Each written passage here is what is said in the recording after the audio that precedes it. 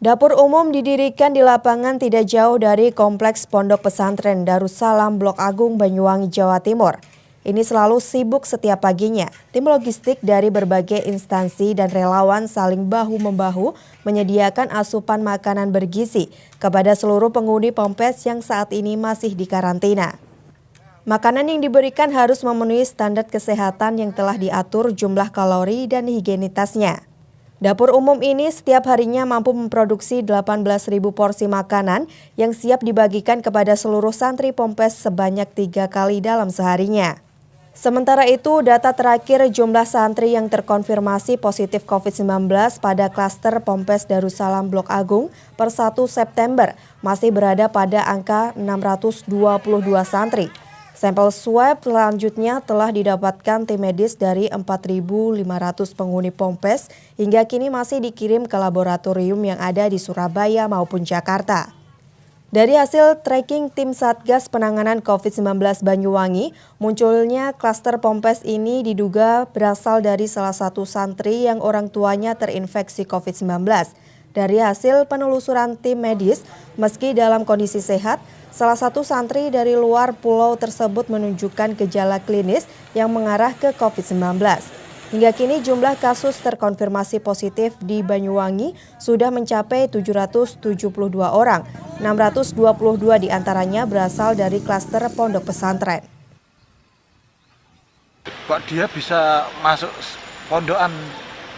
Lolos masuk pondokan ya? Kebijakan kita sejak awal adalah melakukan pemeriksaan, memberikan fasilitas untuk pemeriksaan rapid test terhadap seluruh santri yang berasal dari luar kabupaten yang masuk ke pondok pesantren di Kabupaten Banyuwangi. Kita siapkan seluruh puskesmas, 45 puskesmas.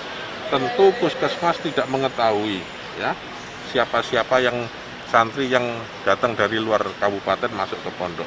Maka kita bekerja sama dengan pengasuh pondok untuk bisa mengirim santri-santri tersebut yang berasal dari luar kabupaten untuk datang ke puskesmas setempat untuk dilakukan pemeriksaan rapid test.